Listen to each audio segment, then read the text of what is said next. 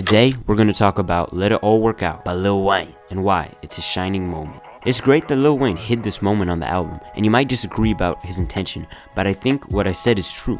I asked so many people who are indifferent to him, and even people who are pretty good fans, if they heard, "Oh my god bruh, the last verse, the third verse." Many of these people didn't catch it on first reaction, and even a few days after, and this is most likely because Let It All Work Out was not just the last track of the 23-song long album, it was also the last verse. I had to show it to them, or they had to figure out after a week or so that Lil Wayne had made one of the craziest, surprising, and emotionally sound tracks in a while, and I'd go to say, in hip-hop history.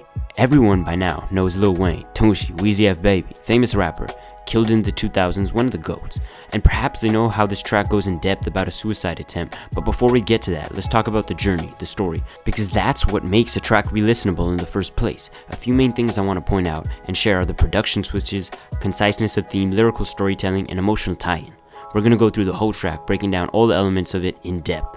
Let's do it. So Lil Wayne has given us quite a long project at this point, and I'm expecting a normal ending celebration or just the average track to end what I thought was a very good album so far.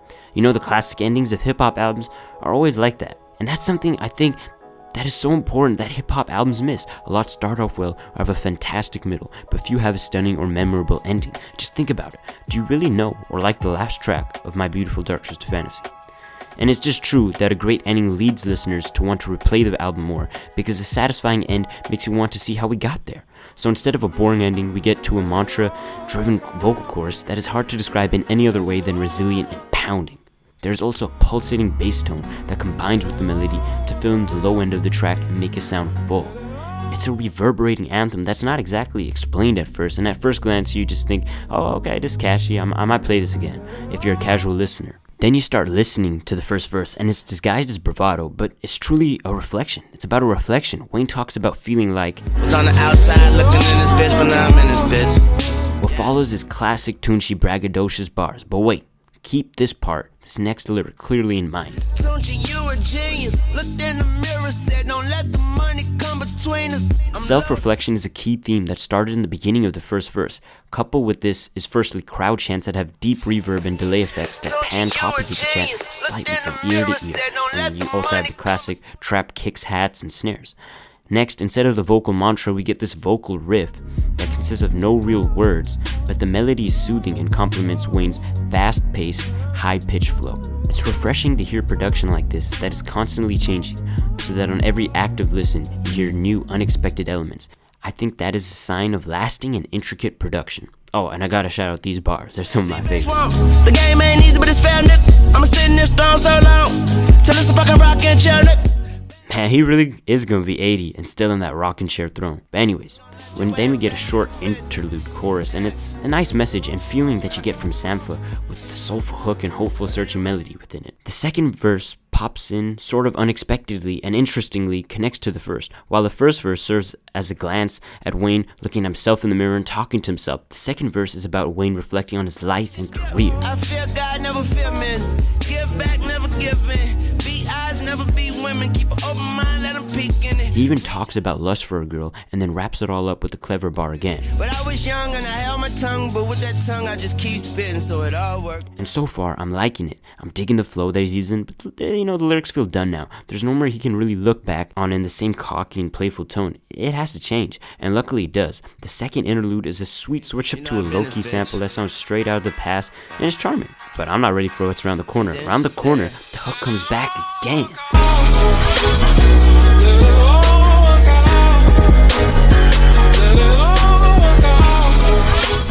It's a complete blow-up comparatively as the kicks hit harder with the hi-hat spinning and making triplet patterns and the brightness of the words striking the soundscape. Damn, this shit fire. The chorus feels fulfilled now, and that's what is very interesting. Even the vocal hook is manipulated, placed as echoes, and supporting takes in the background, sometimes being pitched down and out, and other times just being panned and cut into small clips from the whole mantra. These small clips from the whole mantra, just put randomly throughout, and it's cool. Some people may call it overanalyzing, but I don't think people give enough credit, even now, to producers and engineers who work hard hand in hand with the artist to curate the project. This part is purposefully done and makes the build-up of the previous two verses register. It makes sense. By now, it's already become one of my favorites on the album just for its tone, hook, and beat alone. But we haven't even got to the last part yet, where those lyrics come through big time.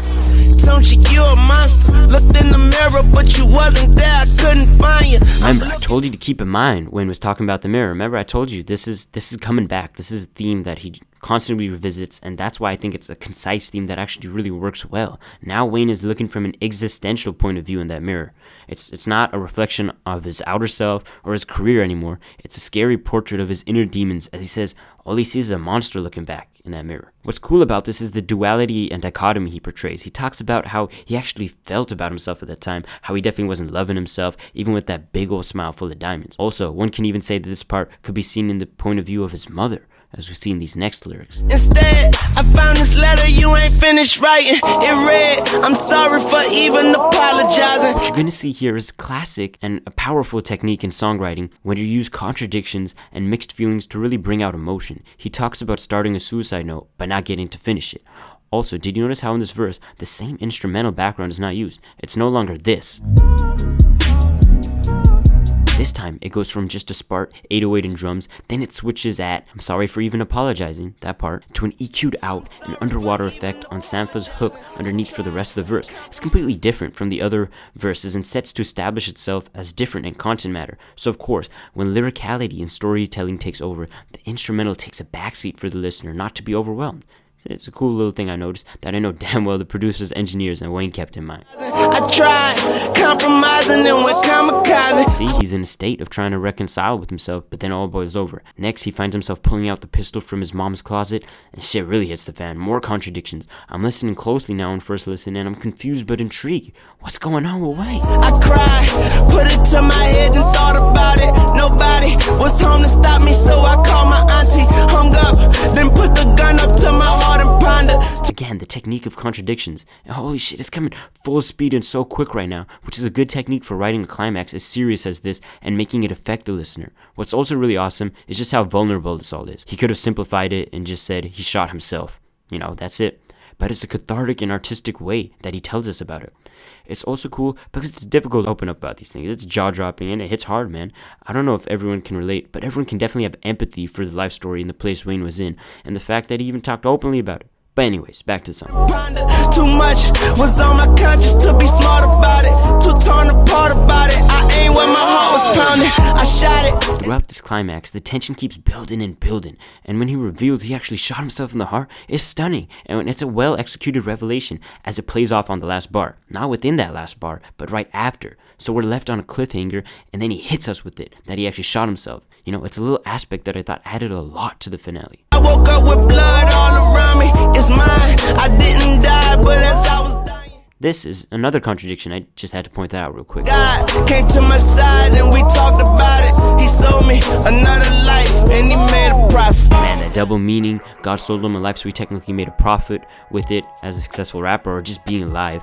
And also, you know, he's a prophet. You get it. And it really leaves you in an awestruck state first time, because I never expect Wayne to go emotional like that. Not saying he hasn't in the past, but he generally shows off his lyrical prowess in other ways charismatically. It's a mature theme switch and hit me personally hard because I could definitely see where he was coming from. It's self-aware and vulnerable, and to end the song on this note is powerful because in stories after the climax we come to a point of no return and a point where we as listeners see no other way as of getting there. So in the last verse, the value change is from depressed confusion to gratefulness of life and Wayne's renewed belief in God in his rap career. It's everything Wayne really loved since he was a kid, so that's another reason as to why you can tangibly understand what Wayne went through. And it's just a great wrap up to all the themes of fame, vulnerability, and confidence in the album.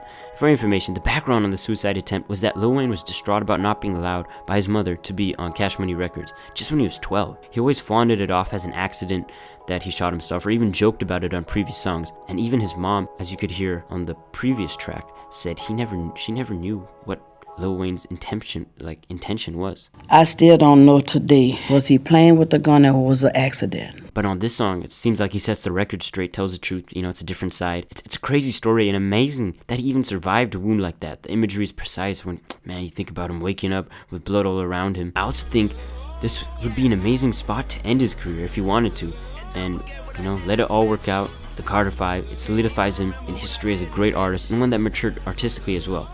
But hey man, it just shows that since 12 he's been rapping and been killing it. One of the GOATs. I want to make more analysis on him. Weezy F baby, thank you for your work. and helping me out. The F is for phenomenal, and luckily it all worked out. Love you, Dwayne. To my fans, to my family, to my supporters, to BT, to Uncle Bob, to you two, I refuse to stop. Thank you. So thank you guys so much for watching, listening to my analysis of Let It All Work Out and why I thought it was Lil Wayne's shining moment, one of the best I've ever seen this whole year in general, actually, just in terms of storytelling and emotional vulnerability. I thought he really killed it on this song. But if you guys enjoyed, it would mean a lot if you like and subscribe. I'm passionate about, just music, TV shows, art, culture in general, and that's what I really care about. I feel like I'm trying to bridge gaps between different fields of art and just show how it's all related. But thank you for watching. Subscribe, like if you enjoyed. It would mean a lot to me. And until next time, it's been InDepthDeep. We out.